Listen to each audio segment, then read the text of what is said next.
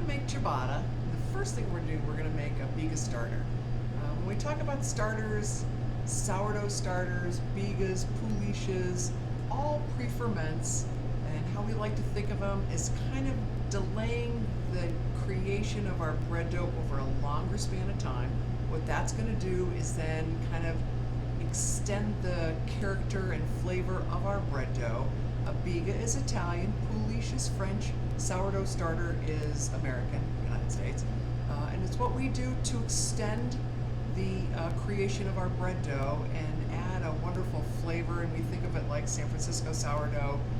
This is just going to develop a different crumb structure, a little bit larger one, and that's what we're going to do today. Is we're going to create a Biga for ciabatta, ciabatta being the Italian bread that we think of as slipper bread. It's a little bit leaner, has larger crumb structure on the interior, bigger bubbles on the inside. And that's because we have a higher hydration. It's a wetter bread, and that's where it gets the name slipper, because it's slippery and kind of can run around, and we're going to work with it with water on our hands to be able to get it into the oven and create a beautiful crust. The first thing we're going to do is we're going to create our Biga, which is our starter that we're going to then let set overnight. Letting it set overnight is going to allow the sourdough starter to kind of rise and bubble and create CO2 and alcohol, because that's the byproducts of our yeast. We're going to mix this on the mixer, and then we're going to put it in a plastic container. I have one done so I can show you the magic of television, what it's going to look like, and then we're going to add it into our Biga bread dough the next day. So we're delaying the creation of our bread dough. It creates a better bread, more delicious, more flavor and characteristics to it by extending the creation of the dough itself. Always good for it. So what I'm going to do is I have my bowl. I'm just going to mix this right on the mixer because I can. Oh, there we go. And I'm going to drop this down. I'm going to add, and this is just the starter. This isn't the bread dough. I'm going to add my dry. I'm going to get in there. I have some flour, I have some water, and I have some yeast, and we're going to let it work overnight and do its thing. And yeast, as I talked about, yeast is a small mushroom, and what it allows us to do is get those big, beautiful crumb and structure inside our bread dough, because it creates CO2 and alcohol. And I always think of beer as liquid bread, right? It's delicious. All right, I'm going to add my water. I just have a paddle on this because it's a pretty wet starter. Bigas tend to be a little bit wetter. And I'm going to let it come together. I'm just going to paddle it up and so that it's incorporated all the way together.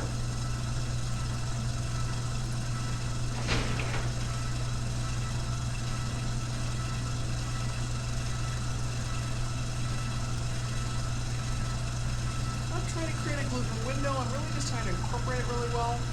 I think I have it right there. I'm going to pull it off. I have my spatula. I'm going to put it into as a container. And I want to give it enough rise, so you want to give it enough room to grow because it will double in size. That is the little bit of yeast that we added, or it can be yeast from the environment you're in, or whatever you're doing. I'm going to come in here and scrape this really well and give it another good incorporation on my own. As you can see, my container is large enough. Mine's a little bit wider there, but it has room to grow up, and that's really important because overnight it's going to double in size, and we're going to show you how to. Also, you want to make sure you can be able to get that CO2 up and out of there, or if not, sometimes we've exploded starters all over. There we go. Go ahead and get that in there. And then what we're going to do is we're just going to let this sit overnight. I'm going to cover this with a piece of plastic wrap. And why I want to be able to do that is I don't want anything in it. I want to keep it covered, but then I'm going to come in here and I want to make sure I poke holes to let a little bit of the CO2 gases that are going to be created escape overnight and allow the rise to be nice and even. And then we're going to look at it tomorrow. Oh, I'm going to show you this one right here. I forgot about this guy. This guy's all set to go and he's been finished. He has risen and bubbled and has doubled in size. The CO2 and alcohol have risen him up. The yeast has done their work. The yeast have eaten the starches inside the flours and been very happy, very warm, had oxygen, everything they needed to be able to double and create a beautiful kind of sourdough starter that we're going to put into our ciabatta.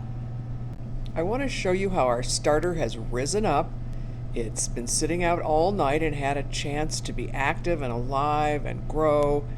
You can see it's doubled in size, and then we're going to take a peek on the inside. You can see it's bubbly. The yeast has divided and multiplied and created CO2 and alcohol to give it a beautiful flavor and deliciousness. I'm going to pan out here a little bit so you can see it a little bit better. And this is the starter that we made yesterday. That we sat out and let come to room temperature overnight and do its chemistry. And then we're going to add it to our ciabatta, and it's just going to add a beautiful flavor and sour component to what we're looking for. We're going to mix our ciabatta dough. I have my starter that I let sit out overnight, and it's all risen and perfect. I have my additional flour and salt and yeast that I'm going to mix together. I like to mix them up ahead of time. Simple method, but you know how much I like. I'm going to put it in here. I have some more water, and then I'm going to add my starter. And I'm going to use a dough hook. This dough still is very wet, so I'm going to show you how to work with it and how we're going to ferment it. Get those guys out over there. There we go. Okay. Put all my stuff together here. And up, and I'm going to add my water. Got my dough hook going. I'm going to start incorporating, and then I'm going to add all of the starter. You can see it's got a nice elasticity to it and nice delicious. It's going to add a really nice component. I'm going to stop this. I'm going to get this in here, which is always kind of a process, especially these little batches. All right, we do them small so you guys can do them on your own, but I much prefer a 60 quart. There it all goes in. Don't waste any of it. It's all goodness. Get it all in there. All right, we're gonna let this start. Go around and mix. I'm gonna stop the video and let you take a look at it and see what I'm looking for. And you really can't look for a gluten window. It's pretty wet to deal with. Pretty sticky, so we're just gonna go by time more than anything and what we're looking for. So I'm gonna stop the video here and kind of show you what we want it to look like once it's done mixing.